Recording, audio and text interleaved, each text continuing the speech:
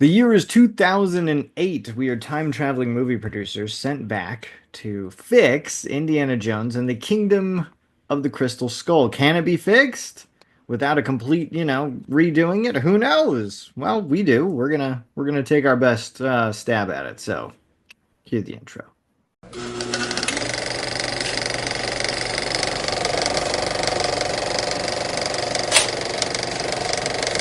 Hey, everybody, welcome to the Mirror Movie Universe podcast. I'm joined here today by my good friend Ryan. Ryan, thank you for being here. How are you doing? I'm doing great. Thank you so much for having me on the show, Dan. Big fan of the show. I like the chemistry that you and your brother have, and it's very positive. I appreciate the positivity. Well, thank you. We do try to be positive, even though we fix movies. It is a positive thing. For our other viewers who have watched other Indiana Jones things, you'll have noticed that Nate adamantly never wanted to do Kingdom of the Crystal Skull. And so I, for like a year now, I've been like, can we do it? Can we do it? And he's like, no, we don't want to do it. That's my impression of him. And so, and so finally, I had to reach out to somebody. So I asked my good friend Ryan, an actual published author, to come in and help fix this film. By the way, your latest book is called Rook, if I It is remember correctly, and that's coming out in June, July 1st. July 1. Rook. Uh, Yep. you wanna take a minute and plug it and tell everybody why they should read Oh, it? well, thank you so much for letting me do that, Dan. I promise I will keep this short. It's very generous of you to let me plug the book. I know, though, that the viewers are here for Indiana Jones and the Kingdom of the Crystal Skull, but it is called Rook, and I've got a proof here. Oh, It's, as you can see, this is not for resale, but yes, it is a novel. There's a description of it on the Amazon page, but very briefly, it's about a man who lives in kind of a purgatorial city. He is missing a pinky finger, and there's a serial killer running around who chops off people's thumbs. So if that sounds like your cup of tea, I hope you'll check it out. if I know you as well as I think I do, I'm sure it is full of very biting and sarcastic humor, and I'm very much looking forward to reading it. Well, there is some of that, yes, and there's also broomball in it if anybody out there is into that sort of thing, like I am. But I do love that yes, you've thank you. worn your Indiana Jones jacket too. Very cool. Yep, I do. I do have the Indiana Jones jacket on. I feel like it's sort of my Indiana Jones armor to to protect myself and my love of Indiana Jones from some of the certain flaws that are in Kingdom of the Crystal Skull You know what that though, we'll to be your getting into credit, very soon. when this movie came out, I remember talking to you about it, and I at the time was kind of negative towards it. And you, I think, were the most positive person I had ever talked to about Kingdom of the Crystal Skull. He's like, it makes perfect sense that he's fighting the Russians. It makes perfect sense that they're doing the alien stuff. It's the 1950s serials. It's updated, and so I don't want to take away your talking points. But even back then in 2008, you were saying the same things. Hmm. No. I was, and I was a pretty big apologist for this movie from 2008 to Year of Our Lord 2020, when I watched all of the Indiana Jones movies that had thus been released. I watched them all during COVID lockdown. Right. And, I was, by 2020, I was an older, more mature man. And at least I like to think that am. And I can now recognize that the movie is, it has shortcomings, and we'll be getting into those, of course. But I'm not quite the diehard apologist for it that I used to be. But I do have some thoughts on it. So Awesome.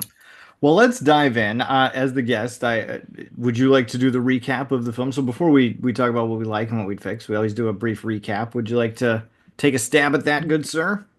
sure. So the movie opens in 1957, somewhere in the desert, and a team of soldiers rolls up to an army checkpoint. and they kill the guards at the checkpoint. It turns out these soldiers are actually Soviet commandos, and they go to an Air Force hangar and they drag out of their trunk, of the trunk of one of their cars, Indiana Jones and Indiana Jones's friend Mac. And we're introduced to the head villain, Dr. Irina Spalko, played by Kate Blanchett. And she insists that Indiana Jones help her find a box in the hangar. And the hangar, of course, is the secret room, the secret chamber from the end of Raiders of the Lost Ark. We get somewhat gratuitous shot of the Ark of the Covenant at one point, which is one of these movies' flaws, I suppose. The Easter eggs. But Indiana Jones helps the Soviets find the box. It's highly magnetized. It's hinted that it's an artifact from a crashed spaceship in the desert. Indiana Jones manages to escape from the Russians, but it turns out that his friend Mac is a traitor and is actually working for them. He manages to escape into the desert and goes to a town that it turns out is a fake town. It is part of a nuclear testing site for the United States military. Indy protects himself from the blast by hiding in a fridge, and he survives, but he gets picked up by the army, and the FBI interrogates him. They suspect him of being a communist sympathizer and a spy for the Russians. He gets fired from his job, or put on a leave of absence from his job at the college, and he plans on taking a vacation, but that's when he meets a young man named Mutt, played by Shia LaBeouf, who tells him that an old acquaintance of Indy's, John Oxley, has been kidnapped, and his life is in danger, as well as the life of Mutt's mother, Mary Williams. Anyway, they are pursued through the town by Russian agents, but they manage to elude them. They go to, is it Peru? I believe it is. Yeah. Yes, it's Peru. It's they land in Peru. Unfortunately, it's this is a goof on the movie's part, but where they land, it looks like it's Mexico, even though it's a very, very different culture. The people are playing Mexican music, and anyway, they find the cell where John Oxley was being. No, Harold Oxley. Ox. They call him Ox. Yeah. They find the cell in the sanitarium where he was being kept, and they use clues they find there to go to the graveyard of a Spanish conquistador who supposedly found a mythical city called Akator. And in the graveyard, they find a crystal skull that, like the artifact in the warehouse from the beginning of the movie, is highly magnetized. And they are captured again by the Russians at this point. They meet Ox, whose mind has basically been fried and who's being all crazy. Mm-hmm. And they're also reunited with Mutt's mother, who turns out is Marion Ravenwood, played by Karen Allen from Raiders of the Lost Ark. Yeah. So they manage to escape again into the jungle. They are captured again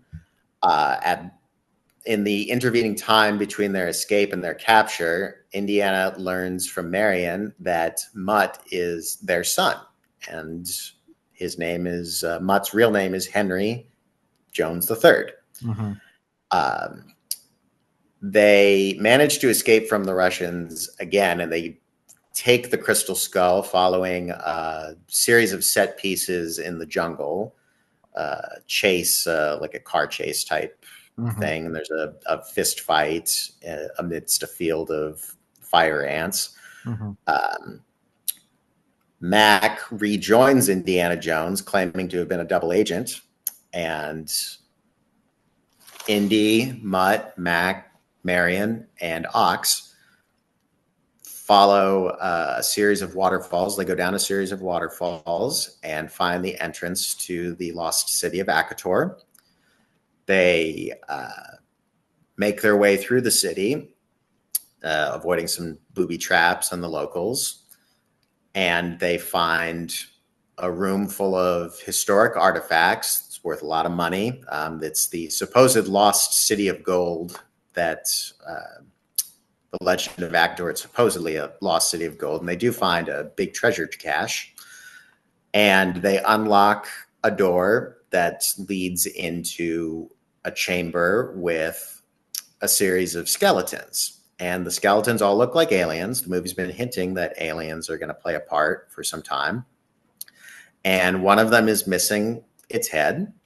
It's the one with the missing crystal skull, but the Soviets catch up to them at this point and they reunite the skull with its body. And this sets off a big chain reaction. It's clear then that things are not going well. The city starts crumbling around them. Indy and his friends manage to escape. At this point, Ox's mind is cleared once the skull reunites with the skeleton. Dr. Spalko decides to stay behind and wants to gain ultimate knowledge from the skeletons who converge together to make a flesh and blood alien, a gray, as they like to call them. I think that they were like interdimensional being. Like they went out of their way to be like, it's not an alien, we promise. It's an Yes, interdimensional being. interdimensional But beings, because same thing. Steven Spielberg had done aliens a number of times before Yeah. in Close Encounters of the Third Kind, E.T., and War of the Worlds. Yep. And he wanted to do something that was totally different, Yeah. interdimensional beings rather than extraterrestrial beings. Dr. Spalko, though, gets, unfortunately, exactly what she asked for, and she gets too much knowledge, and it fries her brain, and she explodes, I guess. And the other Russians are sucked up into a vortex, and they presumably die. Mac, gets too greedy trying to grab treasure, and he also gets sucked into the vortex, even though Indy tries to save him. And Indy, Mac, Marion, and Ox manage to escape just as a giant flying saucer rises up out of the ground and disappears into the space between spaces. And Akator is flooded under the ground, flooded by a big, the water from the Amazon River, I guess. And Indy and Marion rekindle their romance. They go back home. Indy and Marion get married, and Mutt has a brief chance to put on Indiana's hat, which would have suggested he was going to be like the new Indiana Jones. Mm-hmm. But Indy swipes it from him at the last second, and we cue to the credits, and that's the end. So did I leave out anything Oh, important? you did that pitch perfect. And I gotta say, it is hard to do. Like, I've done it a couple Yes. times. Usually Nate does it. It's hard to go through Mhm. and be like, did I miss anything? And then always at the end of it, you're like, okay, let me like catch my breath. So Mhm. well done. Thank you.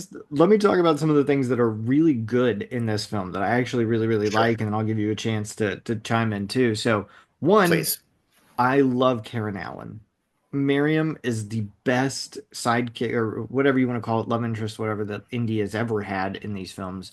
And it's so great that she's back. It's so great that she's back. It was an absolute travesty that in Temple of Doom they went. I know it's a prequel. I know, and they went a different direction. And then they had the double agent in Last Crusade. I get it. I get it that they went that way with Elsa and Willie, but I love that Marion is back. Like that is the best part of this movie, and to see the interplay between those characters with Indy and her, bickering but very much caring about each other, and then having the added dimension of having this son that he's finding out about. It's some of the like I rewatched this in preparation for this. I was laughing out loud at some of those moments, even though I knew that they were coming. Like when he's like, "No, you stay in school." He's like, "What?" That's before I found out Yeah. you were my son or whatever. Like, I love those moments. And the dynamic between those characters is really great.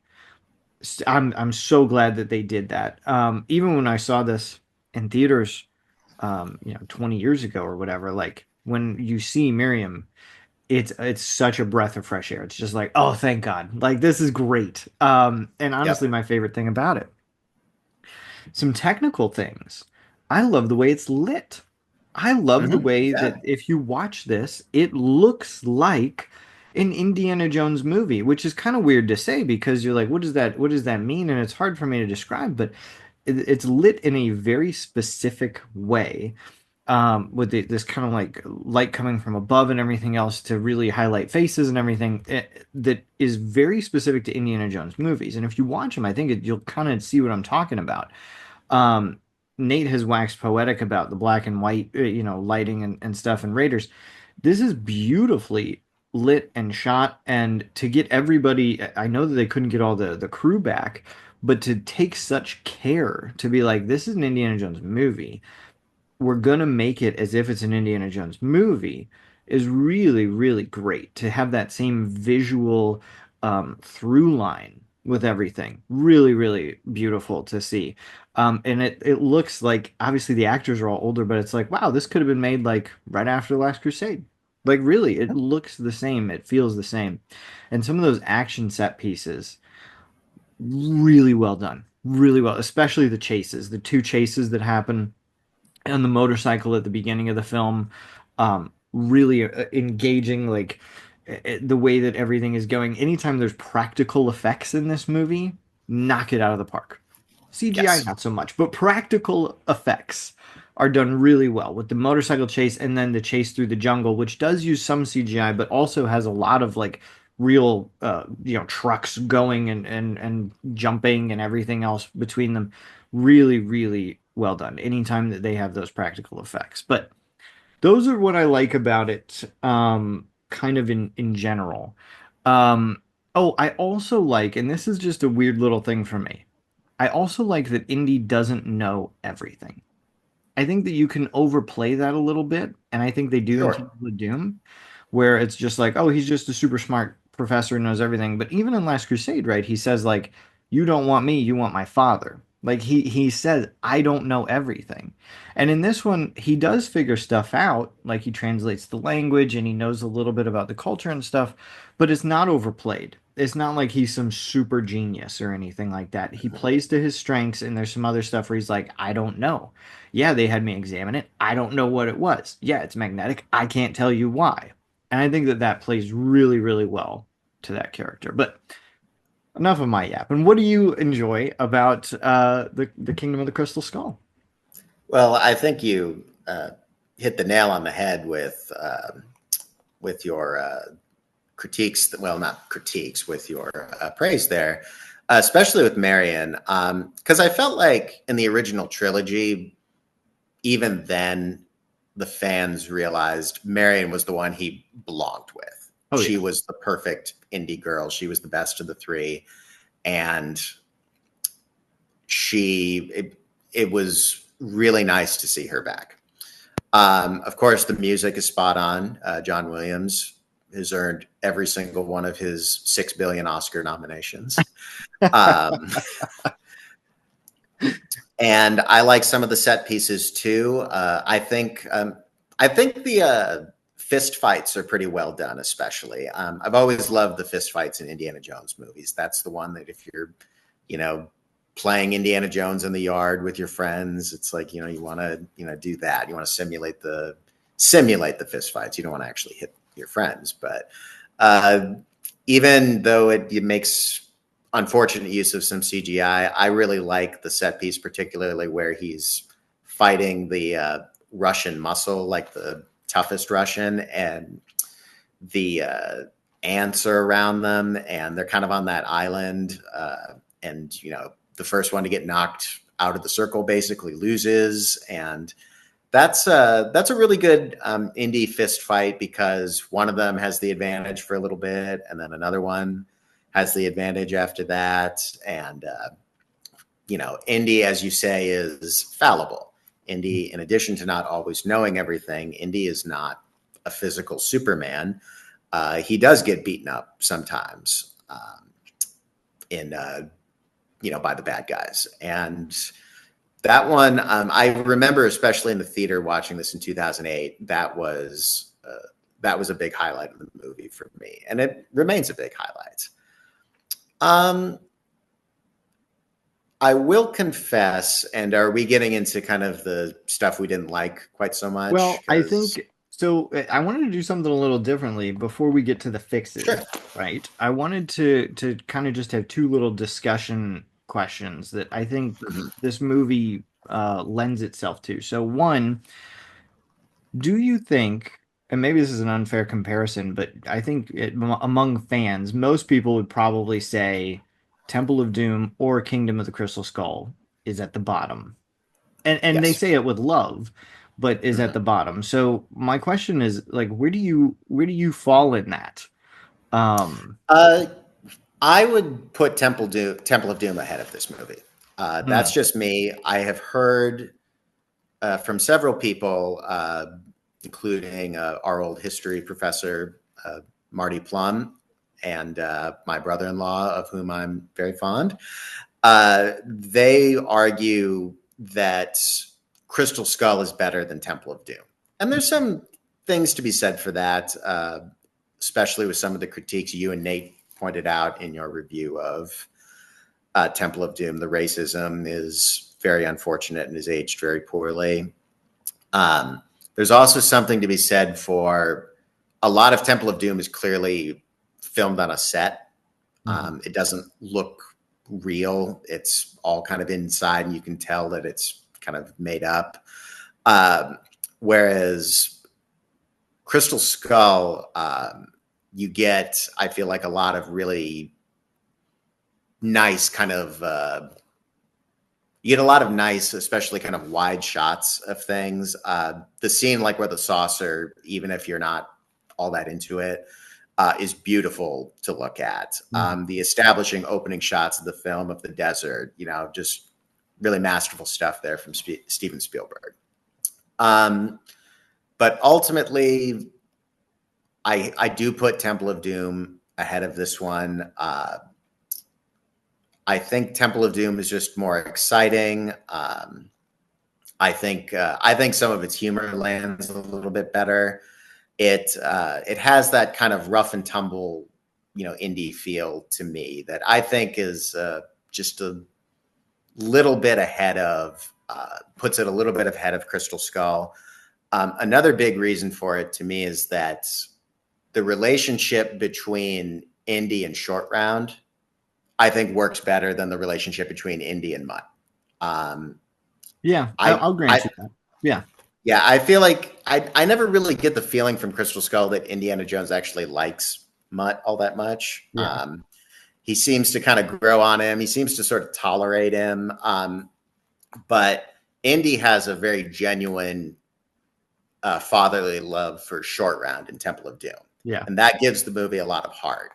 When Indiana Jones in that movie is at the risk of turning evil and he hits Short Round, I Yeah. mean, you're right there as the audience with him. It's like, oh no, this should be a tragedy if Indy stays this way because he's going to lose that relationship with Short Round. It's like you never felt like in Crystal Skull that Indy is at risk of losing something special with Mutt. Yeah. So that's just me. I I What do you think? I think that I take the opposite effect on it, but I think that everything that you say makes sense. Like I'm not going to refute Mhm. any of those points. I think watching this movie so far removed from when it came out, I'm watching it with this kind of like post CGI revolution goggles where I'm just like, yeah, pretty much all CGI looks bad in the years after that it came out. And so if I watch it with that, I'm not as critical of it in the Kingdom of the Crystal Skull as I was when it first came out. I'm not like, oh, this is ridiculously bad. Like I'm looking at it and I'm like, Yeah. it's just CGI. And, for better or worse, like pretty much everything made around that time, I'm looking at it and I'm like, it's just CGI, you can tell, but that's okay. Like I'm not as harsh on it as I was back then. And then the one thing that puts it over the top just a little bit it was actually two things. I love the characters, like I mentioned Mhm. in my likes, and the other thing is, I think in Temple of Doom, even though it's supposed to be a prequel, it doesn't function like it. Like Indy Mhm. doesn't grow as a character or learn stuff about himself, and I also think he kind of knows too much. Where he's just like, oh yeah, this is that. It's like, how do you know that? And even in the young Indiana Jones stuff, like I'm just like I get it. Like there, he's struggling, he's learning, he's trying, he's losing, he's probably the luckiest person in the world, but that's okay. And in Temple of Doom, I'm just like, oh, I'm missing that just a little bit. So I'd put Kingdom just a hair above it. I think that they're both really good. Like not trying to Yeah, belittle I them. mean that is I mean totally fair. In fact, a lot of people, when you point out that Temple of Doom is a prequel to Raiders of the Lost Ark, they have to stop and think, wait, is it? Yeah. Oh yeah, it is. Yeah, because Raiders of the Lost Ark takes place in 1936 and Temple of Doom is 1935. So So this is there my you other go. discussion question for you. So we have that scene at the end of the film, as you mentioned, where Mutt grabs the hat and he's almost going to put it on, and everybody at the theater, oh, was this, what does this mean? Now we've had a fifth Indiana Jones film come out. Um, if you're the producer in charge of this franchise, how do you continue it? Like, Harrison Ford can't keep making Indiana Jones movies forever, and probably doesn't want Mhm. to. So what character should continue it or should have continued it? Should it have been Mutt? Should it have been like an adult short round? Should it have been somebody else entirely that you tie into this franchise somehow? I mean, what do you think? Is it time for just a reboot, press the button and be like, yeah, we've got a new guy and I don't know, oh, Chris Pratt is Indiana Jones. Like, if you're going to do that, like, what direction do you go with this? I'm curious your Uh, thoughts. yeah, that's a tough one. I would not have gone with Mutt, and I Mhm. do think Shia LaBeouf was a little miscast personally in Kingdom of the Crystal Skull because we were pretty familiar with him as an actor by then, so we kind Mhm. of knew what we were getting. I think Mutt would have been more effective as kind of more of an unknown. Something's like a fresh face, so he's kind of a mystery to us as the audience, in the same way he's a mystery to Indiana.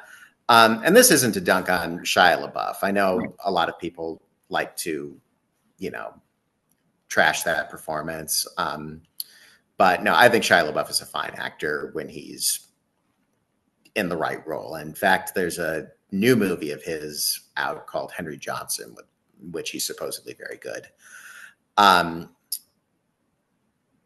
I guess to answer your original question, I would probably prefer not a continuation of Indiana Jones, but more of a something along the lines of the Adventures of Short Round later, kind of as a sort of spin-off series, because Short Round is somebody that in the intervening years after the original trilogy, in the same way that we kind of wondered, well, like what happened to Marion? Why didn't things work out between Indy and Marion?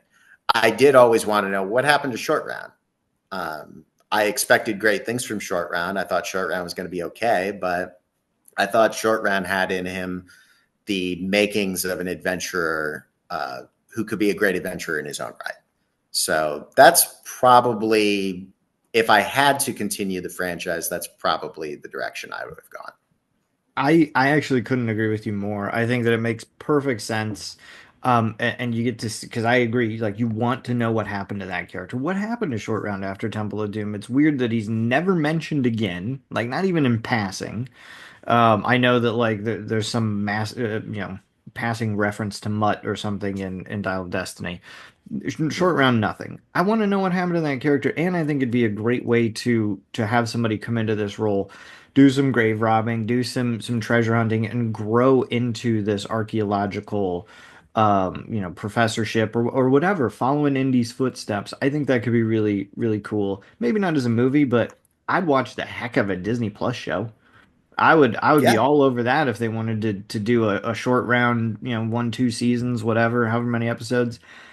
I think it'd be great. Like really great to see and interesting and show me that character and have more adventures in this world, update it to we're in 1957 with this movie. Like, bring it up to the 60s or something. Have them doing stuff then, or the 70s. I'd be fine with it. Like, I think it'd be really, really cool. So, Yeah, yeah. I would love to see kind of the ways what they could do with the short round characters. How is he still the same? How does he still kind of precocious and how does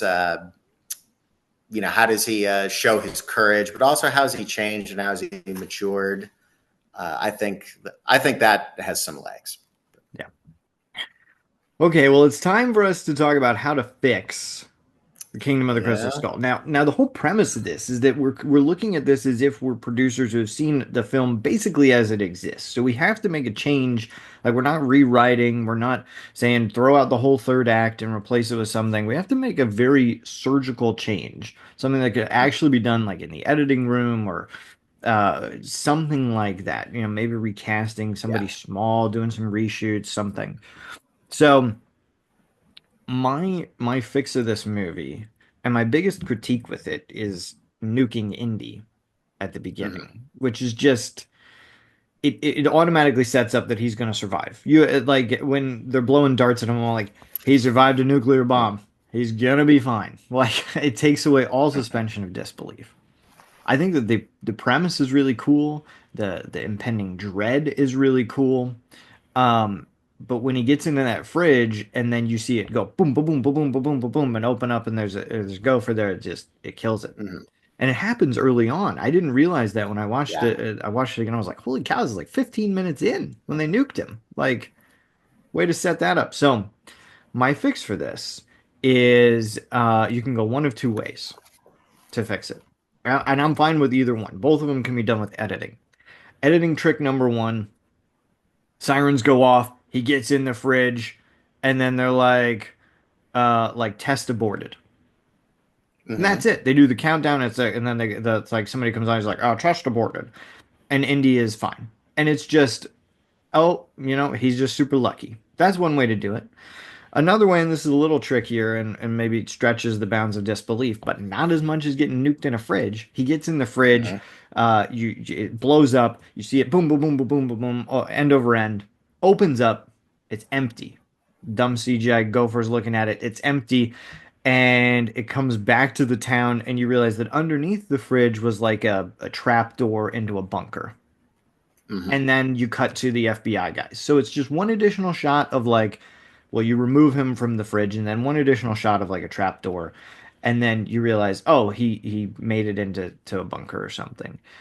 You can go either way with it. I'm fine either way because you can't have him in the fridge. That's Hmm. that's my biggest Yeah. thing. Um, I don't know. What do you Well, think? and that's such an interesting question to me, that I've been kind of going over in my mind almost since I saw that movie in 2008. The nuking the fridge scene is dumb, right? And nobody bought it. I mean, I don't know a single person who bought it. But there are also other things in Indiana Jones movies that are patently absurd. Things that, there's kind of things like in Last Crusade, for instance, they're down in the catacombs and, there's a petroleum well, right? And Indy mentions that it's a petroleum well. The Brotherhood that's chasing him, they set it on fire and it instantly goes up in flames, right? It's like, but petroleum's a slow burn. Now, we get away with that because I think most of the audience doesn't know that, right? Mhm. But then there's I didn't know other that till you said it. things. So there you go. But then there's other things too, like the mine carts in Temple of Doom just keep running on those tracks, even though they Yeah. don't have motors, right? Or in Last Crusade, they drop a lighter on the floor and they blow on it a little bit. Well, Indy's dad blows on it a little bit, and then suddenly it catches fire, and suddenly like the whole room is on fire, right? Right. Right.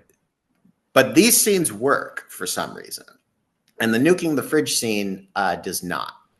And I've never been quite able to put my finger on why. I think part of it is because the whole canard that you can survive a nuclear blast in a fridge I mean, everybody just knows that's bunk. That's we're not presented with a well-known canard like that in the Mhm. Last Crusade scene that I was just mentioning. That scene also, I think, is a just kind of an interruption from the rest of the movie. I mean, you could almost just take it out and Yeah. have Indy found in the desert. I mean, unlike the Last Crusade scene where it just seems to kind of go very organically with the plot, I'm I'm not entirely I'm not entirely certain what we get, how that scene even kind of advances the plot. You know what I mean? Yeah. Yeah, but I I do. I'm sorry, I didn't mean to interrupt, No, you're but fine. I agree with you. I don't think it advances the plot at all. It's just there to be a big set piece and then nothing. yeah, So yeah. But I do like the idea that there was a trap door under the fridge or something, and that's how Indy survives. Especially when you open especially if you open the fridge and it's empty. I love that idea of just because we know that Indy has to survive, but for just a moment, we're like, how did he do it? yeah. What's going on here? And then you see, oh, okay. So it would have been nice to have sort of a genuine moment of suspense like that. Now, my fix, this is going to address, I think, a couple parts of the movie that I find lacking. First of all, I'll tell you that I would first and foremost establish some ground rules about the crystal skull, what it can do, and how it works. Uh-huh. Um, because there are several scenes where they establish that the crystal skull is magnetized, right? Yes. But then right after that, there's some indication that the movie has just kind of forgotten about those rules. The skull grabs a Soviet soldier's glasses. They're holding their flashlights and they're, have to hold them back from being sucked in. But there's lots of other metal stuff that the skull It's doesn't seem completely to be. unaffected. Completely unaffected by Yes. it. Yeah, it's only when it's Yes. convenient to the plot or they want to remind you that it's somehow, yeah, magnetized. Yeah. Yes. And it felt very arbitrary, right? Uh-huh. Um, Now, my second critique with this movie is I feel like the movie should be scarier, and there Oh. should be more kind of suspense. A lot of the most memorable scenes and images from Indiana Jones movies are in kind of scary, startling moments. You think about the Ark of the Covenant opening, uh, the victim having his heart ripped out of his chest by Mola Ram. You think about Donovan turning into the skeleton mummy after drinking from the wrong grail. A lot of this stuff provides like some really genuine tension and really kind of moves the plot and really kind of gives an Indiana Jones movie its character, right? Uh-huh. Um, One thing I've always thought they might have been kind of hinting at in Crystal Skull is that the crystal skull itself is sentient and has a will of its own. Um, Indiana Jones says at one point that the skull told him to return the skull to Akator, right? And I thought that could explain things like why does the skull grab some metal objects? Why does it grab some non-metallic objects like gold? And then at other times it doesn't. Uh-huh. And I felt like if we laid out the ground rules and said something kind of along the lines of the skull has a mind of its own and it's manipulating the characters around it, if we got maybe a scene where the skull seems to actually be talking to Indiana Jones in a way that we could, perceive, I think that could go a long way toward making it a more interesting MacGuffin, Uh-huh. and also just kind of providing some suspense, like adding another complication to the plot because you've got what Indy and his team want, you've got what the Soviets want, but then you've also got the skull and its will. Uh-huh. It wouldn't be that different actually from the computer game Indiana Jones and the Fate of Atlantis, Huh. where, spoiler alert, Indy's love interest in that movie, Sophia, has this necklace from Atlantis, and it causes her to act kind of weird. And it becomes clear as the game goes along that the necklace is actually pretty malevolent, and the Atlantean god to which it's connected is actually a malicious character who's working against Sophia. And I feel like something like that with the skull could help make the movie scarier and also help, make the plot feel a little less arbitrary. Mm-hmm. Um, and it also would do something. It would also let the movie do something that Raiders of the Lost Ark did really well. So, if you give me just a little time here to cook You're and good. Cook explain what away. I'm thinking. Yeah. Raiders of the Lost Ark, in my opinion, is very much a movie kind of about making movies. Mm-hmm. If you think about it, the thing that everybody wants in that film, the thing that everybody is searching for, is a visual spectacle. In a lot of ways, it's actually a movie kind of about wish fulfillment through visual spectacle. I mean, it's a movie made by a Jewish filmmaker starring a half Jewish actor who goes around beating up and killing Nazis, right? But then there's also sort of hints at the power of seeing something spectacular you've never seen before, right? Indy Mm-hmm. always seems at his most excited and at his most alive when he's discovering something new, right? The Ark of the Covenant, from a certain angle, even kind of looks like a television set. But at the end of the movie, and this is where it really, really becomes apparent to me, is that last scene when they open the Ark of the Covenant, in many ways, it looks like a bunch of characters filming a movie. I mean, Indy and Marion are tied to a big, light that's shining light down on the altar. The Nazis are even recording it on a big movie camera. And that scene is so perfect and masterful because we're right there with the characters. We too want to see what's inside the Ark.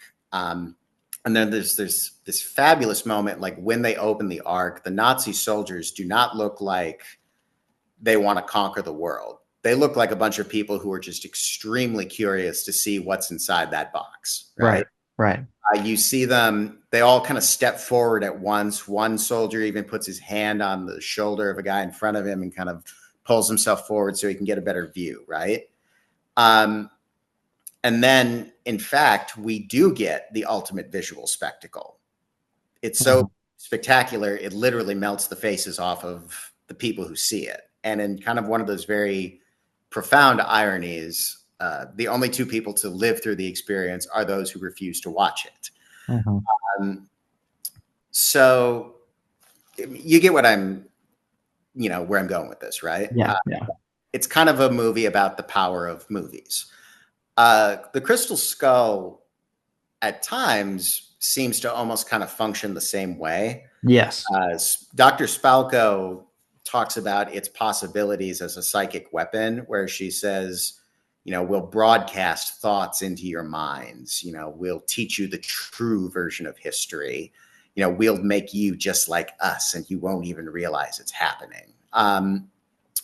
And Indy looks into the skull and it starts to clearly mess with his mind. It messes up John Hurt's character, Ox's mind. And if you're somebody who's really into, I think everybody is kind of recognizes the danger of fake news and people spreading malicious misinformation, then the Crystal Skull starts to look kind of like an oddly prescient metaphor for, basically like evil communication, right?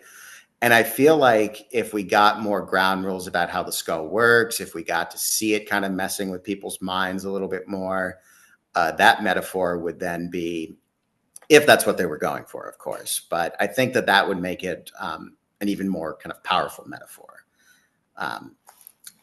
Or maybe it's just a It's just an alien's disembodied head. So I No, don't I know. like it. I like what you're saying, and the parallels between Raiders and this film are certainly woven throughout. I mean, not just that Marion is in it, but the way that the villain is trying to get something so that they can advance their political cause to, Mhm. you know, take over the world. And down to the way that it ends. I mean, it ends in a very Raiders-esque It fashion. does. Yes. You put this thing together, you know, or you open it and then all the bad guys get destroyed in this big spectacle and the good guys survive either by closing their eyes or leaving. Hmm. It's very, very similar in how that works. And I think it was probably intentional to call back to Raiders. I also really like what you're doing, and it's an easy enough fix, I think, from an editing standpoint, because you know, Dr. Spalko talks about how the skull is going to be used, but doesn't really use it. You know, like she Yes. talks about all the things that it can do, but doesn't do those things to Indy or to Ox. Is just kind of like, ah, here it goes. It's going to make you crazy. And so Hmm. that scene feels a little weird to me, because it's like, what is going on here? Like Indy's being brainwashed, or is the skull talking to him? Is Spalko controlling it somehow? I mean, she's got like equipment and stuff, but you don't see anything to make me think that Indy is being controlled by her. And so I think it'd be easy enough to put in just some like you could almost just ADR it and have Hmm. it be like a wide shot or something, but have Harrison Ford come in and say a line at the end of that where he looks up and he's just like, "You'll never control it.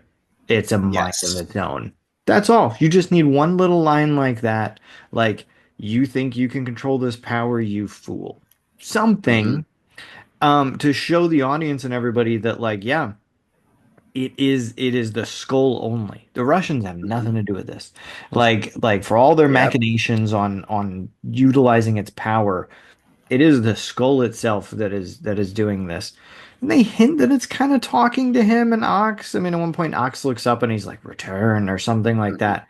And it's like, okay, so I they're laying breadcrumbs, but I agree you need like something more. You can do that also with ADR, just some whispers in the background, like it can be like a Yep. made up language or something, and just enough to push it a little bit further to show that the skull is kind of its own character. Um, Yes. Exactly. I think that makes a lot of sense. I really do. It's really Yep. cool. Yeah. No, it took me a while to come up with that because at times it can be with this film. Um, at times it can be hard to put my finger on exactly how I feel about it and exactly what I would change and what I would keep.